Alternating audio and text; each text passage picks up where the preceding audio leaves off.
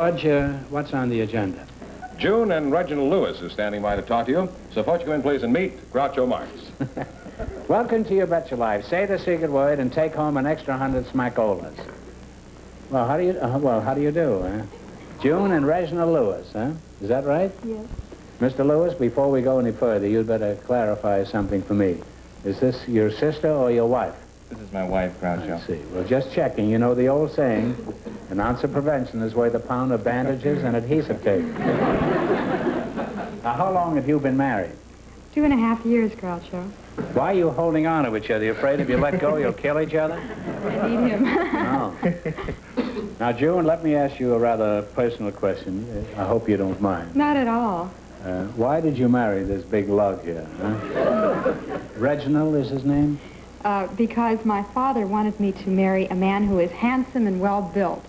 Was your father disappointed in this broken-down specimen that you finally hooked? He's not broken down, Groucho. Isn't he? No, he's the handsomest and most well-built man in the world. Reginald has the best built in the whole world? June, what proof do you have that Reginald has the best build in the world? Have you personally gone around investigating the rest of the entries? No, he won the Mr. Universe contest in 1957. Oh, well, congratulations, Reginald. Could you show us a bicep or two? I'd be glad to. Take your shirt off and let's see the chest that shook the world.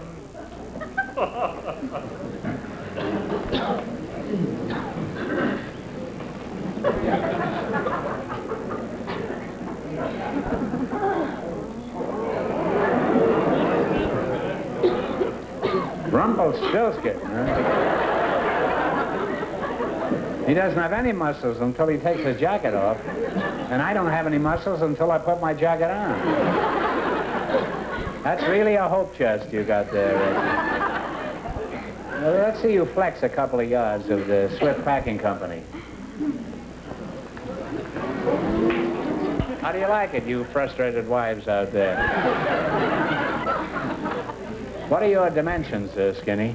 I have a 50-inch chest, a 30 waist, 18 arms, 25 thighs, and 17-inch calves. You have a 50-inch chest? That's right. Is that blown up or without the wind? That's relaxed, Groucho. Relaxed. June, I'm pretty sick of him. What are your dimensions? 39, 21 and a half, 35. It's odd, isn't it? His dimensions are twice as large, but for some curious reason that I can't explain at these prices, I'd much rather look at hers. Now, Reginald, imagine calling this big boxcar Reginald. Have you always been built like this? No, I wasn't. When I was 15, I was quite puny and weak, and I had very little muscle, just like you, Groucho.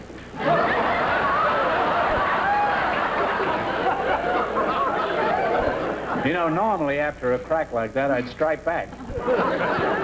But in this case, discretion is the better part of valor. Now, Junie, do you still maintain that Reggie has the most beautiful male build in the world? Of course, Groucho. Well, if anybody in the audience wants to challenge us, why, get in touch with us. I'm not kidding, I mean it. Maybe next week we can have a man on the show with even larger muscles. Okay, Reggie, put your shirt on, will you? I find it rather distracting. Now, let's play You Bet Your Life. Okay, George. Now, this box contains 3 sets of questions. 100 easiest, 200 harder, 300 hardest.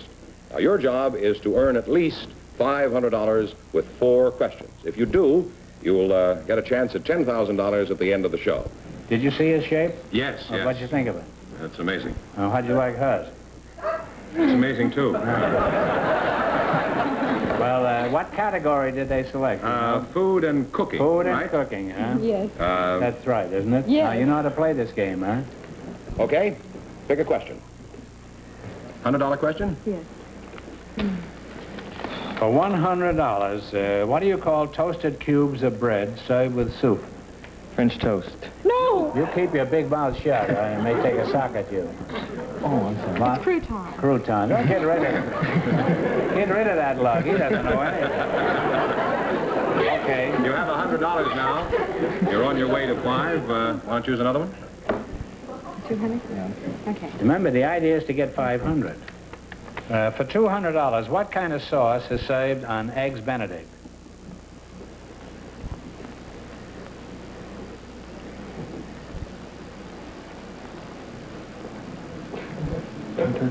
Right.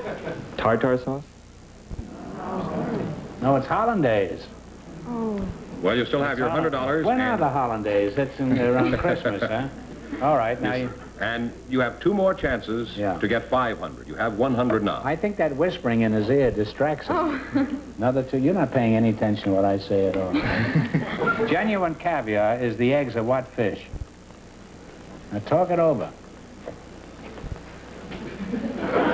They're not trying to answer. They're just making love up there. That's salmon eggs. What is it? No, I'm sorry. It's sturgeon. Well, it's going to be pretty tough to make 500, but you have another chance here. How much have they got, George? 100. 100. Well, you can get 400. You can't get 5 anymore. Unless you have a counterfeiting machine in your cellar. Okay. This is what, 300? A $300 question. That's right. You're a gambler, anyhow. For $300, what do you call vegetables cut in match-like strips?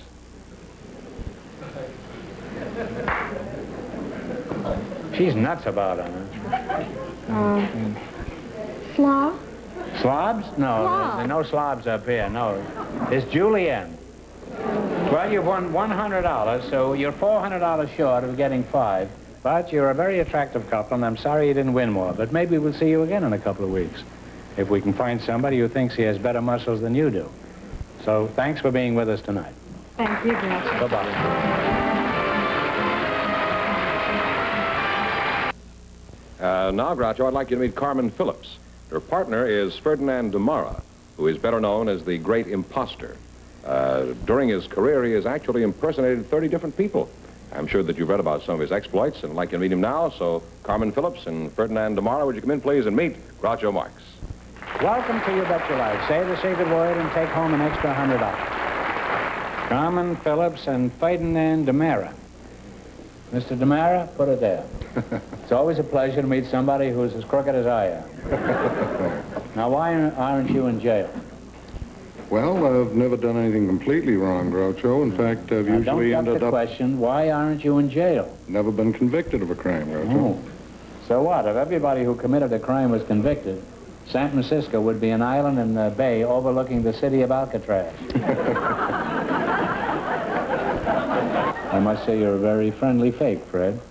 And you have a fascinating story that I want to hear. But first, I think I should talk to your partner for a couple of minutes. She's not a bad-looking dish, is she, Fred? Not at all. Not at all. Not at all. Let's see, you're Mrs. Carmen Phillips. Where are you from? From Bahia, Brazil. Groucho. Oh, well, that accounts for the Carmen, huh? That's right. But Phillips isn't a Brazilian name. Is your husband a Brazilian? No. I married a sailor during the war, an American sailor. American sailor. How did you meet your husband? Well, How did you meet him? If he was a sailor and you were in Brazil picking I coconuts. wasn't supposed to meet him at all. I was going to an officers' party. You were going to an officers' party? Right, at an island. On an island? Yes. Alcatraz? Was it? No. Aratu is the name of the island. What was it? Aratu. I'll have it one, too, as long as you have an extra. But anyway, it was a real nice party, and we went on a crash boat, and we had some chaperones. You crashed this party? No. We had to go on a crash boat. And? Well, so I was going to this officers' party. Who chaperoned this orgy? Well, 3 ladies, 3 elderly ladies. Oh. But How anyway, old were they? I'm curious to know what you regard as an elderly woman. well, I Were shouldn't they- say, because they're still, Well, they're in around. Brazil, huh? No, they were Americans. They're Americans? Uh-huh. Well, what happened after you crashed this party? Well, I didn't crash it, but anyway, Well, you said you were on a crash boat. right. So we were going to the island, and my husband, Your husband, you said you were in a boat with 3 old women. Well, this sailor in this crash boat, There was he a sailor in the boat, yeah, too? He was a motor machinist. What was he doing in the boat? Was he making a play for the 3 old ladies? Oh, Groucho. He liked me. How do you know he liked Well, I don't know. He Well, how do you must know? have liked me, because after the party was over, he you? Well, went was to he the... steering the boat? Well, he was a motor machinist, whatever that is. Well, what was he doing in the boat? Well, he was the motor machinist on the boat. He was operating the boat? Crash boat. He was operating? What does a motor machinist do? I haven't a famous. I don't know. Would you mind? Fred. Fred, I'm sure you've been a motor machinist in your time, among other things. What does a motor machinist do? He chases the three chaperones. Well, what was he do? Was he steering the boat? Well, I hope not, because he was looking at me, you know, and... That's why it's a crash boat. He crashed into the other boat, I suppose. He's just sitting there looking at He you? was trying to get the boat to the island. Oh, I see. Then he was steering the boat, huh? I don't know if he was steering or not. That's all I'm trying to find out, if he was manipulating All right, the boat. then he was. Well, I don't know.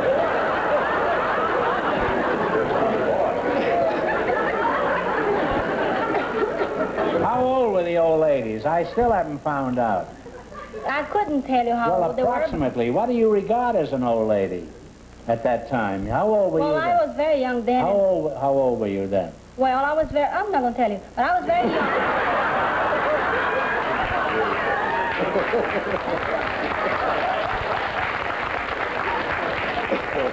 How was your marriage working out? It's working out fine. In fact, I'm writing a book about it. The American Husband, How to Catch One, and How to Keep Him.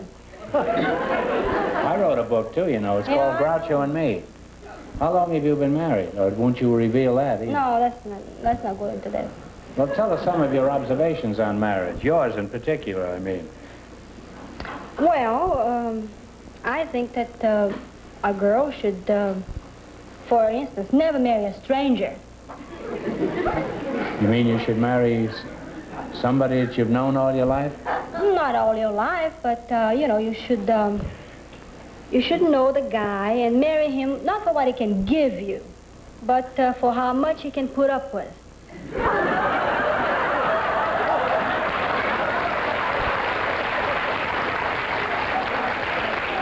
You know, if everybody followed those rules, nobody'd ever get married.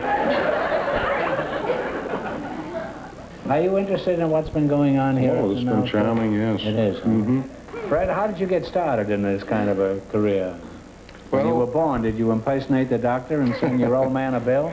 Oh, a number of years ago, Groucho, I acquired some credentials. And How did you get these? I acquired them. Is this a euphemism for stealing them? Oh, no, I acquired them. Acquired them. Well, what do you mean by acquire? Obtain. Obtain. Let's see. Do you have another word for it that would make it more baffling? Borrow. Borrow, yes. Well, you borrowed these credentials, and then what happened? I got myself an appointment as dean of a college in Pennsylvania. Dean of a college. You became a melancholy dean of a college? That's right. If you were good enough to be a dean, why didn't you get the job under your own name? Because, of course, I'm not academically qualified, Groucho. I never finished high school. You became a college dean and you never graduated from high school, huh? I know our educational system has some holes in it, but I've never realized these holes were as big as the Grand Canyon. I may report you to the PTA, you know. Outside of being a phony professor, what were some of your other impersonations? Oh, I've been a surgeon lieutenant in the Royal Canadian Navy. You operated on people? Mm-hmm. Isn't that rather dangerous? You might say that. Where did you steal your new credentials, I mean, to be a surgeon? I don't seem to be getting through to you. I acquire these things. I know, you keep telling me that. I hate to bring the word steal into this conversation. How did you get these credentials? How did you set yourself up as a surgeon on a warship? Actually, I acquired these credentials, obtained a commission, and was sent to Korea as such. How long did you last as a Navy doctor? About a year. What happened? The first guy came in with chicken pox and you sent him up to the crow's nest, I suppose. Did you operate on anybody? Oh, yes, Korean nationals, a great number of operations. Well, for what kind of operations? Battle medicine sort of things, gunshots, so forth. Did you have any medical knowledge at all? The only medical background I had, Groucho, was that which I obtained as a hospital corpsman in the United States Navy. Well, what did the other doctors think about you? Did they watch you operate? Well, let me answer it this way. While we were in Halifax at the Royal Canadian Navy's headquarters, I gave seminars in internal medicine to the other doctors. And they swallowed this? Oh, yeah, they're avid note takers. What was that? Avid note takers. Avid note taker. I thought you were speaking Latin for a minute. Did you receive any honors Yes, in the medical corps? I was decorated by the Korean government. By the Korean government. Which side, the north or south?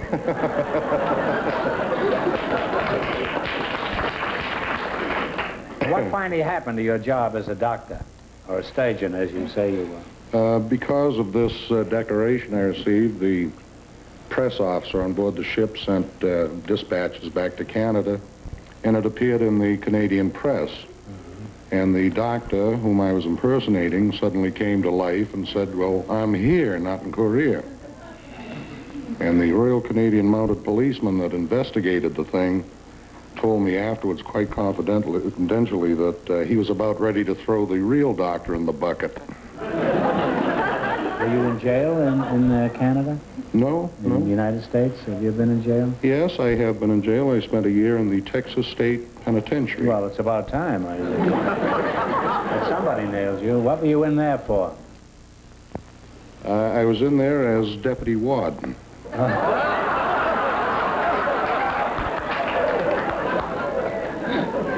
This is really true? You were the deputy warden? Yes, this is quite true. Well, how'd you get that job? Again, a trade secret. When I was exposed there, they invited me to stay on because I had instituted some reforms there and was in the middle of some more reforms, so to speak. What are you doing in Hollywood, Fred? Or should I phrase that differently? Should I say, who are you doing in Hollywood? I've just finished a motion picture with Allied artists. Oh, must have been on a wide screen, I'll bet, huh? Are you a movie actor now? No, I wouldn't say that, Groucho. But it's a Block Woodfield production called The Hypnotic Eye, a new type of movie in which I play 9 parts. You're an amazing man, Fred, and next time Khrushchev visits this country, I think it'd be a good idea if the government would first find out where you are. Wouldn't it be a good joke on us if Eisenhower was really talking to Fred here instead of Khrushchev? Well, this has been an education to me, Fred. I haven't learned anything. I've learned a few things about what's happened in Brazilian waters, but nothing about your career. You're certainly the most intelligent and charming and likable crook I've ever met. Thank you, Roger. Now, let's play You Bet Your Life, and don't skin me here either, will you? What category did they pick? George, I finally found a man who's more corrupt than you are. Now, they selected the dictionary quiz, right? That is correct. And I'll bet he's a hound on this, too, huh? All right, you can start. You get 4 questions, you know, to make $500. Don't I get any category or anything? I don't think so. Help yourself. Big one? Mm-hmm. Oh, boy, but I bet on this guy. No, don't give it to him. Nothing personal, you understand? You know, he was just about to grab it, too. What an opportunist. For $300 you're starting off. She's starting off. If a synonym is a word with the same meaning, what is a homonym? A homonym? Yeah. An opposite meaning. That's right. No, that's wrong. No, I still think opposite. No, it's words that sound the same. Ah, right. That's right. Well, it's all right. You got 3 more chances. So 3 more chances to make $500. I can try this. Another $300. $300. An armadillo is an animal. What is a peccadillo? Peccadillo, a fault.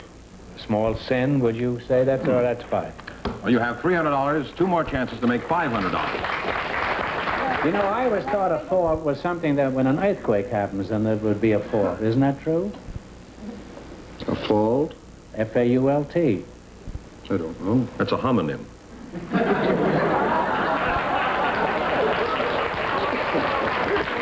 Go ahead, pick one. I don't care. I thought homonym was an oatmeal. This will make your homonym for $500. breakfast. Shall we? Bouncing laughs off the Get old my wine back quizmaster, here. huh? If an aviary is a birdhouse, what is an apiary? Apiary. A-P-I-A-R-Y. An apiary is a bee. Bee house. That's enough. That's You good have enough. $500 and 1 more question, and you get to keep all this money anyway, so might as well, yeah. They don't fool around with the little ones at all. Well, you're in for the big money already, so this is extra here. If a catalog is a list of saleable articles, what is the decalogue? Decalogue, the 10 Commandments. That's the 10. You have been reading the Bible, Fred. You wind up with $800, and that means you'll come back here in a little while and get a chance at $2,000, $5,000, or $10,000.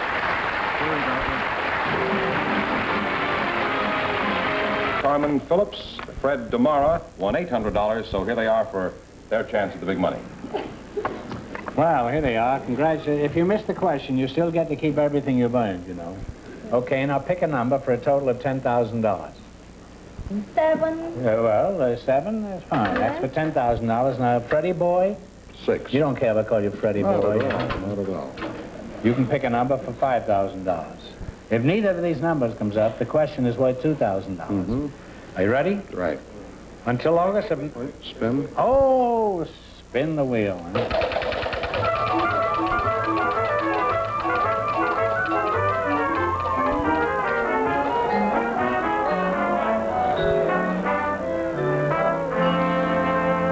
Well, you picked 6 and 7, and it came up 9, so this question is for $2,000.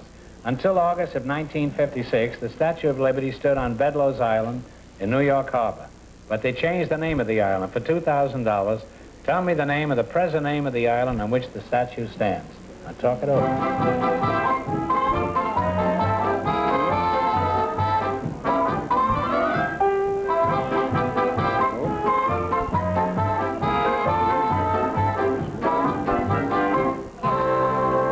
Take a guess.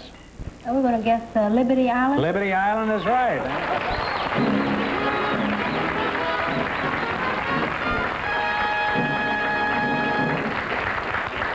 Pretty good for a kid on the island off the coast of Brazil, huh? With 3 old ladies and a sailor.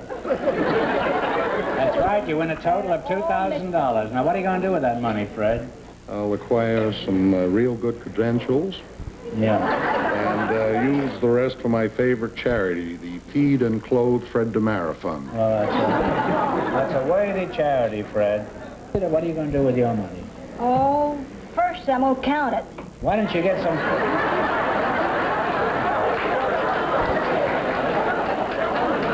What are you going to do with the money? First I'm going to count it, and then I'm going to divide it. You know, now Uncle Sam gets some, and then the church gets some, and then there are 4 of us, my husband and my 2 children and I, and we split it. Well, give my regards to your husband, not you, Fred. Give my regards to your wife, Miss Brazil. All right. And congratulations to both of you. Thank you. Thank you. Bye-bye.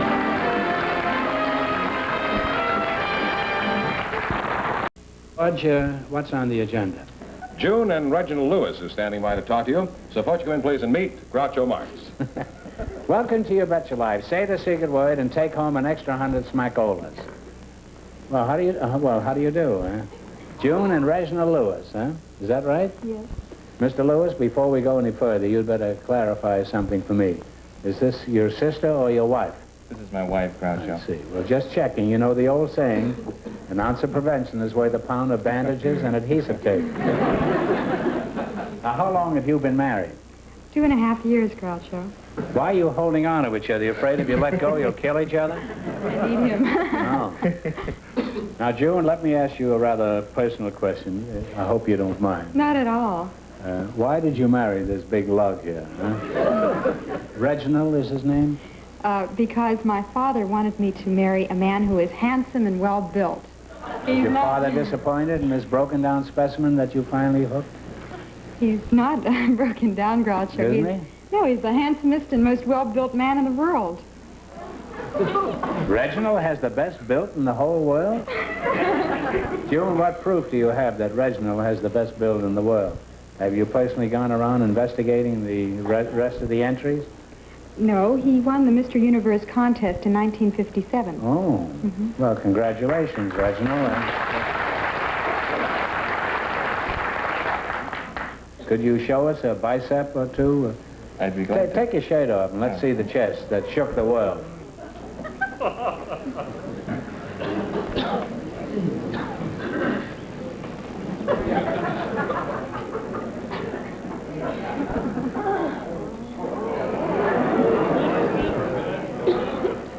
Rumpelstiltskin, huh?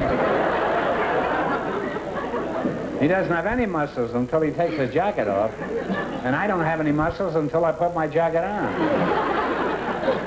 That's really a hope chest you got there, Reggie. Well, let's see you flex a couple of yards of the Swift Packing Company.